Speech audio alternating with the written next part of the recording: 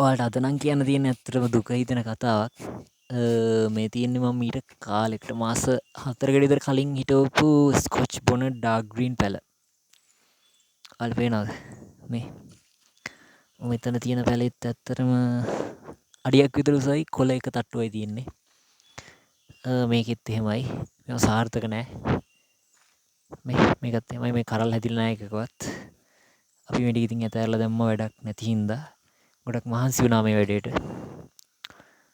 මේ සාරි වට කරලා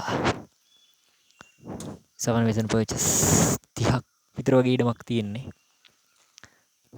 මේකට මොකද වුනේ කියලා කිව්වොත් දැන් ඇත්තටම ගොඩක් ගන්න දෙයක් නැහැ. එලි මහනේ වගා කරන වගාවක්නේ. තව පොඩි දෙයක් වෙන්න නම් හම්බුඩ බලන්නකෝ.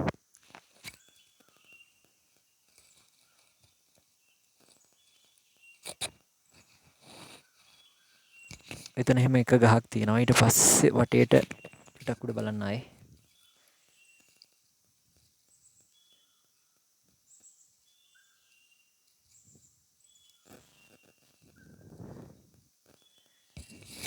ඉන්න මේ වගේ view එකක් තමයි මේ උඩ තියෙන්නේ. ඇත්තටම ඔයාලා මොනවා හරි වගාවක් කරනවා නම් සාමාන්‍ය මුදු ප්‍රත්‍ර. ඒ කියන්නේ ගොඩක් soft කොළ තියෙන මොනවා හරි දෙයක් හිටවනවා නම් අනිවාර්යෙන් ගහක් තියෙනවා නම් ගහ අයින් කරන්න බැරි නම් අතු හරි කපලා අයින් කළා දාන්න. මේ මිරිස් ටික මෙතන තියෙන එකේ අපි මීට අවුරුද්දකට විතර කලින් මිරිස් හිටවුවා. ඒකෙන් හොඳ ආදායමක් ගත්තා. පාඩුනේ නෑ. දැන් මේකට මෙතන මිරිස් පැල 500ට බොහොම ආසන්න ගාණක් හිටවුවා. එක කරලක්වත් ඇත්තටම කිව්වොත් හැදුන්නේ නැහැ එක ගහකවත්.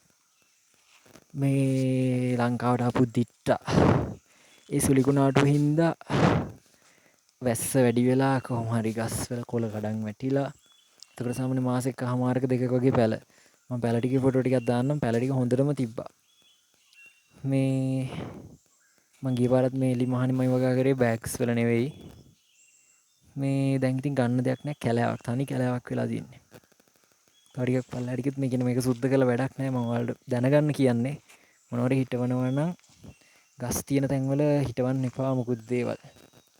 තේ ගහක් වුණත් හිටවනවා නම් ඒකේ අර වැටෙන වැහි බින්දුව එකම තැනට එක වේගකින් වැටෙනවා. ගොඩක් ලොකු වේගයක් ඒක.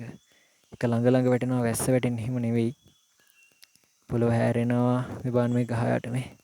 ඒ ගහෙන් වැටෙන වතුර හින්දාම මේ ටික හොදගෙන ගිහලා තියෙන්නේ. ඊට පස්සේ ගහේ කොළ හැලෙන කාලේට කොළ තට්ටුවක් වැටෙනවා. ඒක ඊට වඩා ගොඩක් බරපතල තත්ත්වයක්. පැල හිටෙව්වට පස්සේ. මේක දැනගෙන වගා කරන්න. ඇත්තටම වගා භූමියක හැදෙන බටු අපි මිරිස් වගාවක් ගත්තොත් මිරිස් වගාවේ හැදෙන මඤ්ඤොක ගහවනත් ඒ කියන්නේ ඒක වල් භෝගයක් කියලා. ඇත්තට ඒක එහෙම තමයි. මේක නම් ඉතින් දැන් වල් තියෙන තනි කර දැන් මේක වෙන මොනවට හිටවන්න ඕනි. මේ එහෙම තමයි ඉතින් නැති වෙන්න ඕනි හරියට දැනගන්න. ඊළඟ වගා කරද්දි මේකේ අතු ටික අපි අයින් කරනවා. ඒකේ මේ ගහේ කරන්න දෙයක් නැහැ. හොඳට ලොකුවට හැදිච්ච ගස් තුනක් තියෙන්නේ. වෙන නම් මුකුත් නැහැ. කරන්න දෙයක් නැහැ. ඒ ටික අයින් කරොත් තමයි මේකෙන් අපිට වැඩක් කරගන්න පුළුවන් වෙන්නේ. දැන් ඉතින් මේ මිරිස් ගස් වලට කොළ කොට වීම රෝග ඇවිල්ලා ගන්නම දෙයක් නැතිලා තියෙන්නේ. ඔහොම ඉතින් තව ටික දවසක් තියලා මේක අතහැරලා දානවා අපි. සුද්ධ කරලා මොනවා හරි අලුත් දෙයක් කරද්දී අලුත් වීඩියෝ එකකින් එනකම් හමු වෙමු. අද රොච්චරයි. ජය වේවා එහෙනම්. ඔයා මොනවා හරි වගාවක් කරනවා නම් තව දෙයක්. වැස්ස හම්බෙන කාලේ ගැන චුට්ටක් හිතන්න. දැන් ඇත්තටම කන්න වලට වැස්ස හම්බෙනවා කියලා කියන්න බෑ. ඒකට පොඩි අයිඩියා එකක් තියාගන්න වැස්ස මේ කාලේට හම්බ වෙයි කියලා. හරි එහෙනම් අලුත් වීඩියෝ එකකින් හම්බෙමු. ජය වේවා.